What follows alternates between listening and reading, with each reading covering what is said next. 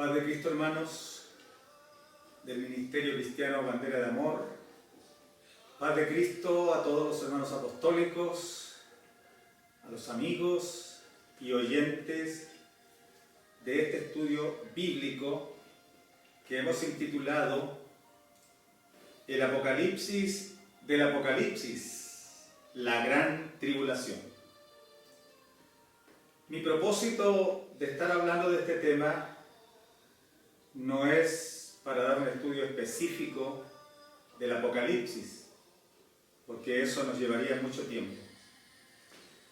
Lo único que deseo y es mi intención comparar lo que ha provocado el contagio del coronavirus, esta pandemia que está afectando a la mayoría de los países del mundo y que tiene prácticamente al mundo en cuarentena, y todo lo que ha provocado, porque ha afectado el ámbito laboral de las personas, de las ciudades, de los países, de los continentes, del mundo, porque hay comercio internacional que está interrumpido. Entonces este pequeño virus tiene al mundo paralizado. Y mi intención es enunciar los grandes cataclismos, las grandes pandemias, las grandes guerras que habrán durante el tiempo de la Gran Tribulación, que lo que está pasando ahora no es comparable para nada con lo que sucederá después. Si esto ha hecho que el mundo pierda su ritmo, su rutina, que se cancelen miles y millones de negocios, transacciones, ventas, compras, ¿cuánto más irá a ser cuando se desaten las profecías bíblicas que están anunciados para el futuro cercano? La Gran Tribulación es un tiempo exclusivo. Está inserto en el Apocalipsis. La palabra Apocalipsis significa quitar el velo. Pero no es simplemente como quitar el velo de una estatua para revelarla o de una placa recordatoria, sino que está dicho en el idioma original que es como develar un secreto.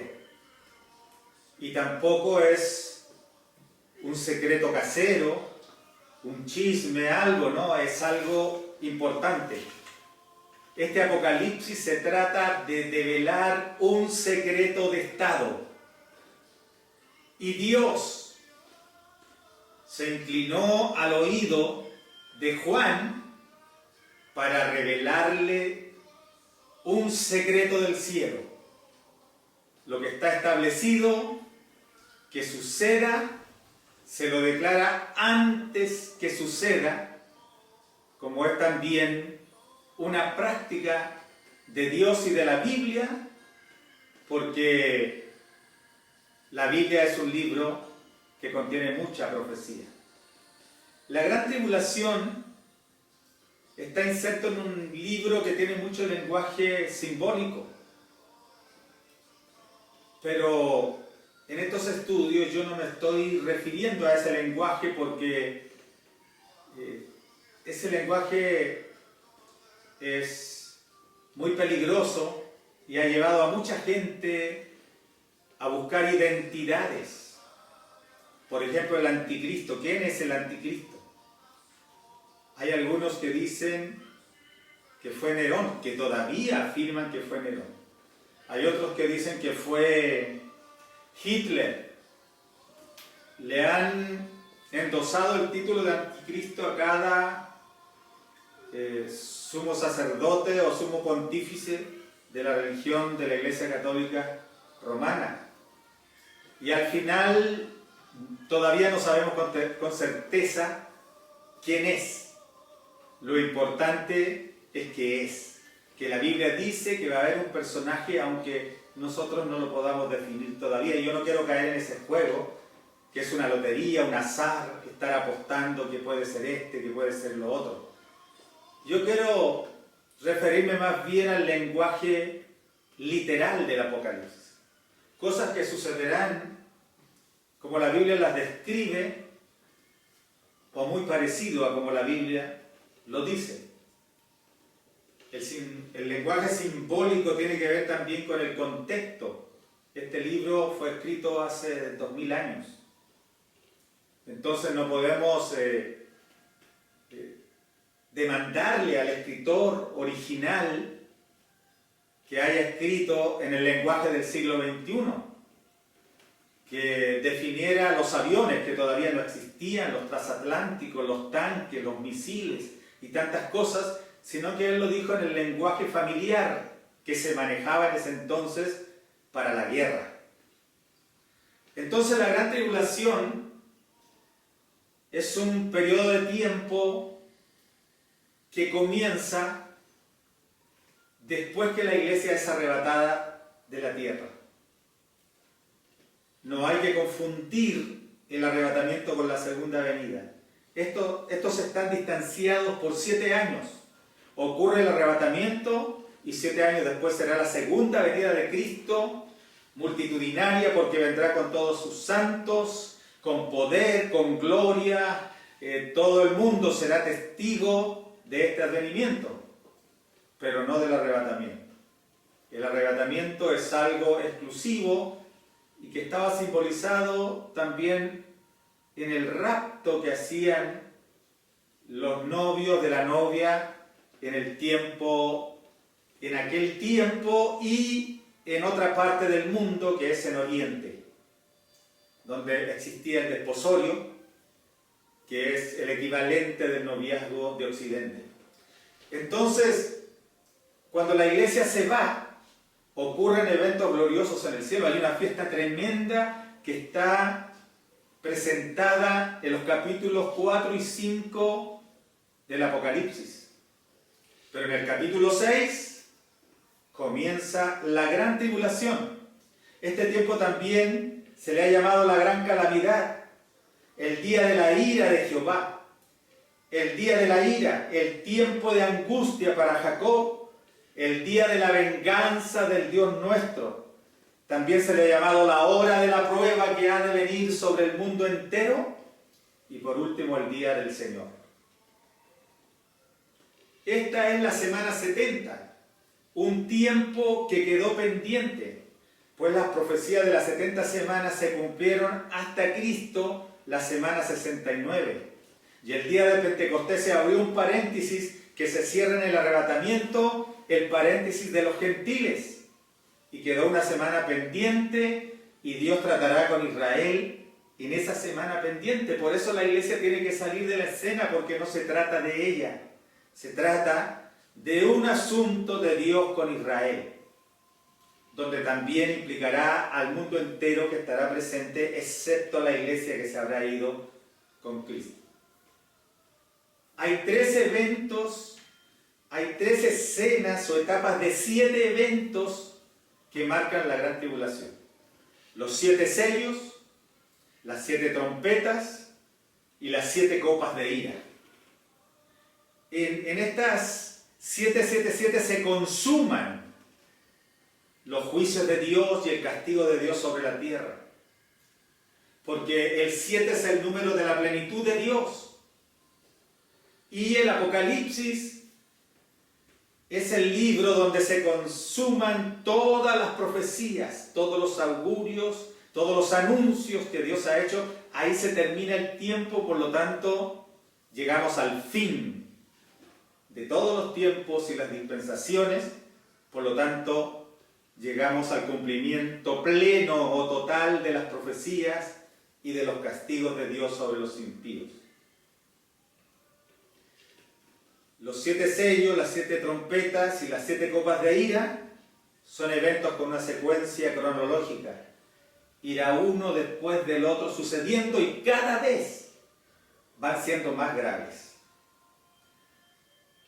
La humanidad, el hombre, existe mucho temor en gente que dice que si explotaran las bombas nucleares, las bombas atómicas, se destruiría la Tierra.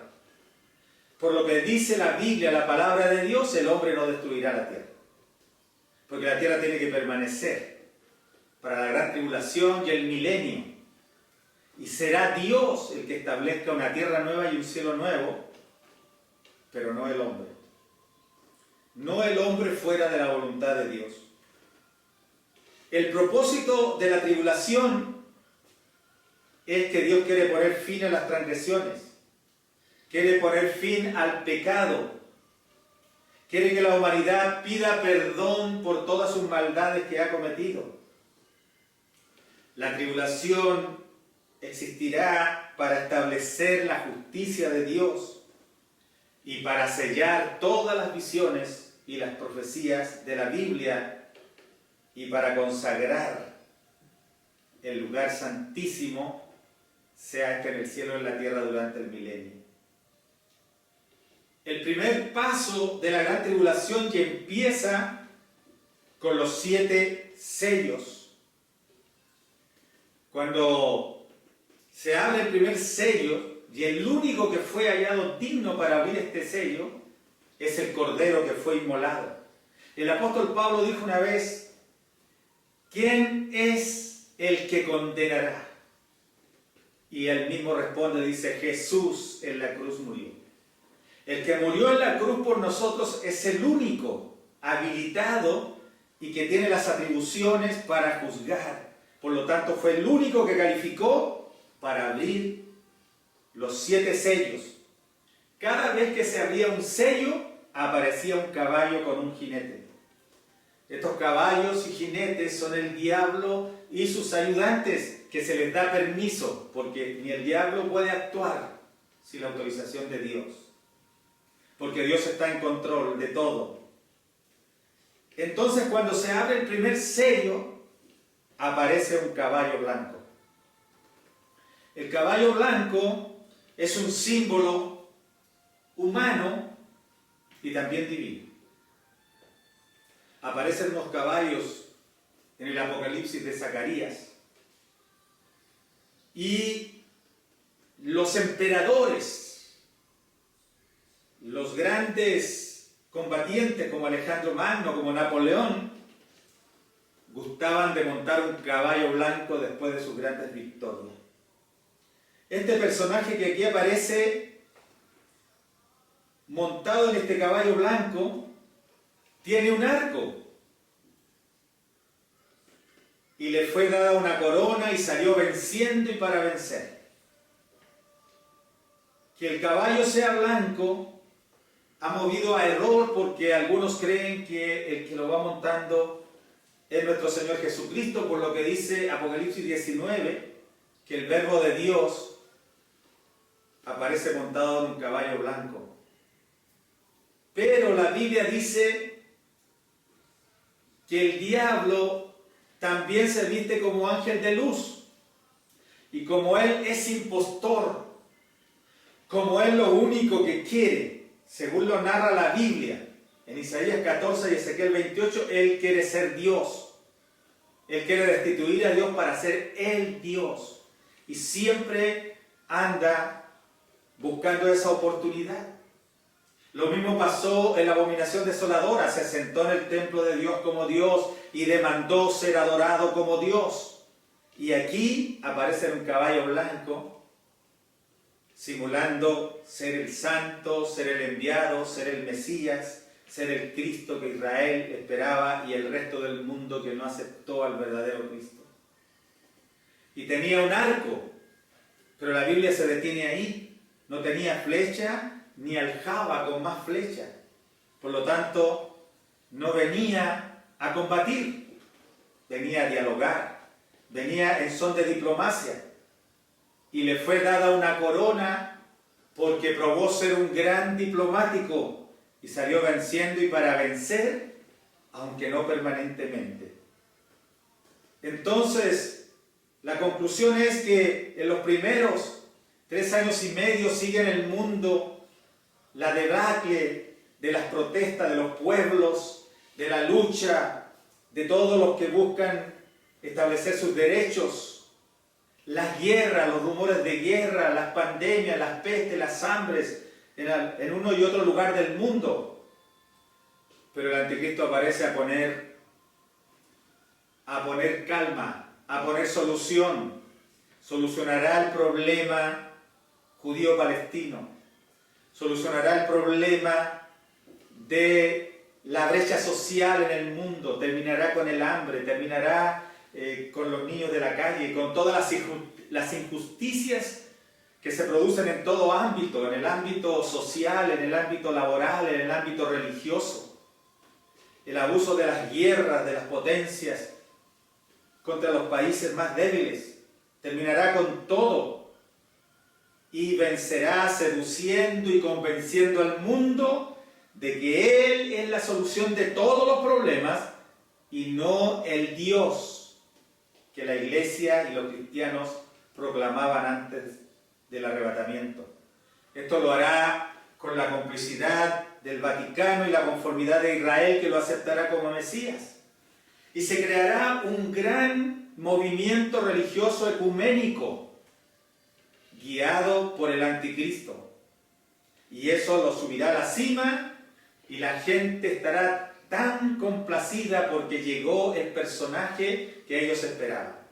Ahora mismo hay varios personajes en el mundo que lo han dicho literalmente, que el mundo necesita un líder mundial. Todo lo que está sucediendo está aparejando el camino para que entre el anticristo a la escena. Pero no puede entrar mientras la iglesia esté aquí. Así lo dice 2 de Tesalonicenses capítulo 2, que hay algo que lo detiene. Este que está montado en el caballo es el hombre de pecado, es el inicuo, es la bestia, es el anticristo que ha venido y ha convencido a la humanidad. Luego, cuando ellos crean que todo está ok, que todo está bien, el Espíritu Santo inspiró a Pablo, dijo: cuando digan paz y seguridad, vendrá la destrucción repentina. Eso será cuando suceda la abominación desoladora y el anticristo demande ser adorado, y los judíos no adoran a nadie más que a su Dios. Entonces se darán cuenta de que este es un impostor. Por eso también los judíos no pudieron reconocer a Cristo como Dios manifestado en carne. En una ocasión le dijeron: porque tú, siendo hombre, te haces Dios, te haces llamar Dios. Lo querían apedrear. El Señor le dijo: ¿por qué cosa me queréis apedrear ahora? Porque tú, siendo hombre, te haces Dios. Ahora se darán cuenta de que el anticristo es un impostor, que está demandando lo que solo su Dios merece, que es la adoración y la alabanza.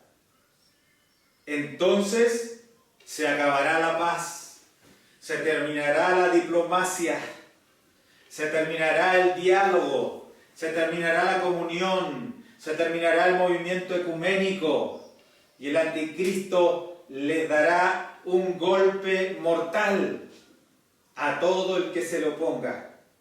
Y aparece en la escena el segundo caballo, el bermejo o rojo fuerte. A este que le montaba un jinete diabólico, un demonio, le fue dado poder de quitar de la tierra la paz. Se acabó la paz y empezó la guerra.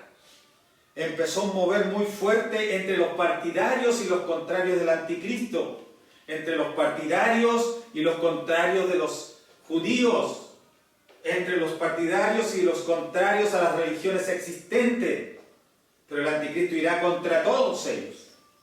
Aparecerán naciones consideradas cristianas o musulmanas o budistas o hinduistas, y se levantarán para defender su religión, y habrá una gran batalla, la tercera guerra mundial, que se prolongará por toda la gran tribulación, y se matarán unos a otros.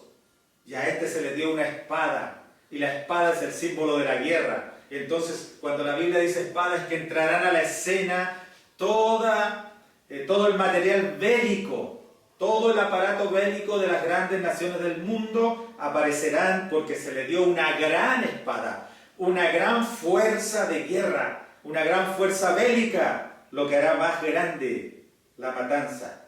Este caballo rojo bermejo simboliza la guerra, el rojo de la sangre espesa caída en el campo de batalla. y que se lleva de la tierra la paz y que aumenta la guerra y la traición entre iguales o con nacionales por el solo hecho de no tener la misma religión o de estar a favor o en contra del anticristo. Así que esta guerra es provocada por el desenmascaramiento del anticristo. El mundo se divide y empieza la matanza. El tercer sello es un caballo negro. El caballo negro, el que lo monta, tiene una balanza en la mano. Y se oye una voz que dice, que es de los 4 seres vivientes, de uno de los 4 seres vivientes, que decía 2 libras de trigo por un denario y 6 libras de cebada por un denario, pero no dañes el aceite ni el vino. El caballo negro, el negro es símbolo de lo oscuro, de lo tenebroso, es símbolo del hambre, de la pobreza. Es la muerte misma en acción, el color negro. Y la balanza que tiene este ser en su mano simboliza la escasez, el hambre, la escasez y la carestía. Cuando la Biblia dice 2 libras de trigo por un denario es el salario diario de un obrero. Tiene que trabajar todo el día para comprar medio kilo de trigo. Eso será solo su comida. ¿Y dónde queda su familia? 6 libras de cebada. El trigo y la cebada eran los alimentos básicos de los pobres en el tiempo en que Juan escribe esto. Y va a alcanzar el dinero apenas para comprar lo mínimo. Y la balanza significa racionamiento, porque hay escasez, hay hambre y hay carestía por lo mismo. El aceite y el vino fueron excluidos porque eran ingredientes que usan los ricos. Siempre las clases más necesitadas son los que sufrirán mayormente todas estas calamidades. Así que el caballo negro trae esto, y esto es normal. Después de la Primera Guerra Mundial hubo hambre y carestía en la tierra. Después de la Segunda Guerra Mundial también va a haber hambre y carestía porque se deja de producir. El mundo se transforma en un campo de batalla y ya no hay agricultura. E incluso es estratégico destruir los campos de producción, las granjas avícolas, porcinas, los ranchos de ganado para que no haya alimento y el enemigo perezca o se rinda. El cuarto sello es un caballo amarillento, amarillo amarillento. Y el que lo montaba tiene por nombre Muerte y el Hades. Y le fue dada potestad sobre la 4ª parte de la tierra para matar con espada, con hambre, con mortandad y con las fieras de la tierra. Este caballo amarillento, el macilento, el amarillo verdoso es el color de los cadáveres. Aquí tenemos la muerte misma en acción. Y que el Hades o el infierno lo seguían significa que los cadáveres de los muertos en esta matanza pertenecen a gente escéptica, incrédula y que fueron condenados o serán condenados. Habrá durante esta etapa muertos por guerra, en hambrunas y pandemias y por las fieras de la tierra. Se ha demostrado que después que los hombres abandonan las ciudades aparecen las bestias y las fieras de la tierra. Así pasó en Chernobyl, donde hubo un escape nuclear y la gente se fue y dejó la tierra abandonada, pero sobrevivieron los animales salvajes y la están habitando de nuevo. Y si alguien llega por ahí, corre el peligro de ser devorado.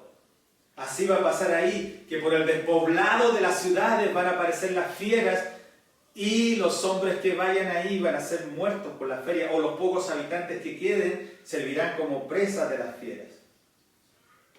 Así que la gente va a morir por diferentes razones y esto pasará en la 4ª parte de la tierra, sufrirán todo este tipo de ataques.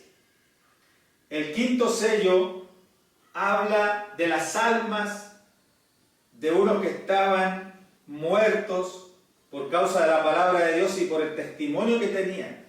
Estaban debajo del altar. Estos son los salvos de la gran tribulación. sufrieron el martirio, lo dice la Biblia ahí, que por esto sufrieron el martirio, por causa de Dios y por el testimonio de la palabra. Y estaban pidiendo juicio y venganza por sus muertes. Igual como la sangre de Abel clamaba desde la tierra. Y Dios se dio cuenta que la sangre de Abel clamaba venganza. Porque siempre en la Biblia el homicidio, el asesinato ha sido un gran pecado, porque el hombre fue hecho a la imagen y semejanza de Dios. Y cuando un hombre o una mujer es asesinada, entonces su sangre clama. Y por eso pasan tantas cosas en los diferentes países del mundo, por las muertes inocentes que se producen. Y a estos se les dieron túnicas blancas. Se identifica a este grupo. Vienen de todo linaje, pueblo, lengua y nación, y son los que han salido de la gran tribulación. No salieron de la gracia, salieron de la gran tribulación. Son salvos en otra etapa y en otra era.